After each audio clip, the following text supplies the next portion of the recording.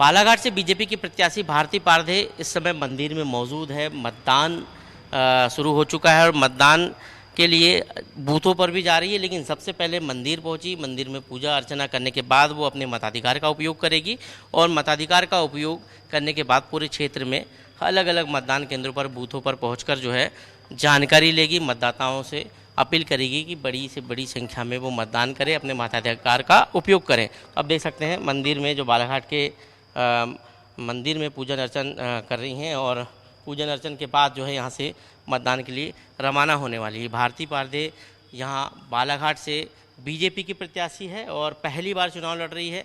काफ़ी चौंकाने वाला नाम था जब इनको टिकट मिला और अब जो है आज उनकी किस्मत पर फैसला होने वाला है और इसलिए भगवान के दर्शन करने के बाद जो है अपना मताधिकार का उपयोग करने के लिए जो है यहाँ से रवाना होने वाली है।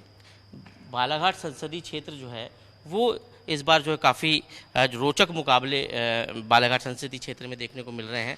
बड़ी संख्या में यहाँ पर जो मतदाता है वो सुबह से कतारबद्ध होकर अपने मताधिकार का उपयोग कर रहे हैं, लेकिन मतदाता जो है किस्मत ईवीएम में कैद कर देगा। भारती जी, क्या लगता है आपको? आपने भगवान का आशीर्वाद भी ले लिया, दर्शन पूजन कर लिए और अब जो है मतदान करने के लिए जा रही है। कैसा लग रहा है इस मतदान को लेकर? क्या रुझान आपके पास आ रहे हैं?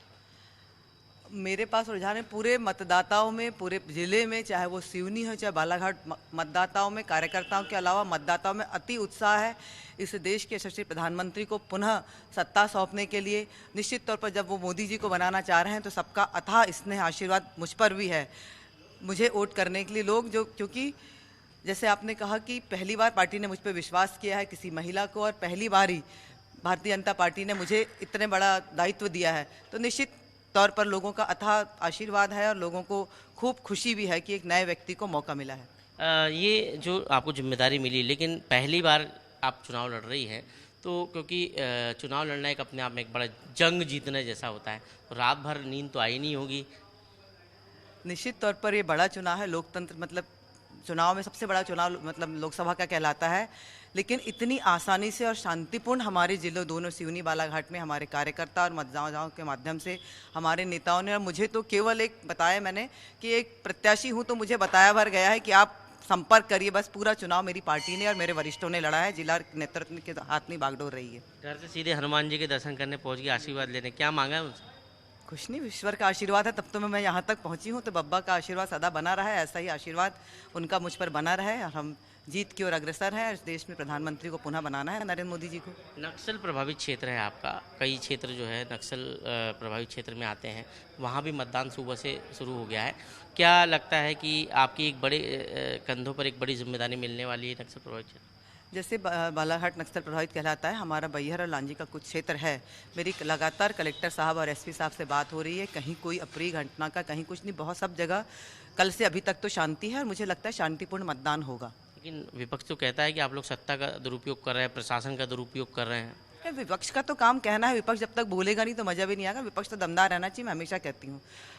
ठीक है, नारी शक्ति वंदन अधिनियम के पहले लागू होने के पहले मतलब 2029 में उस पर चुनाव होगा, लेकिन उसके पहले आपको जिम्मेदारी दी है। बिल्कुल, यही तो भाजपा में संभव है। भाजपा जो कहती ही नहीं, उनने शुरुआत कर चुकी है, चाहे वो पंचायत स्तर पर हो, चाहे विधानसभा में हो, चाहे आज लोकसभा में मुझ जैसी छोटी सी कार्यकर्ता पे विश्वास किया है।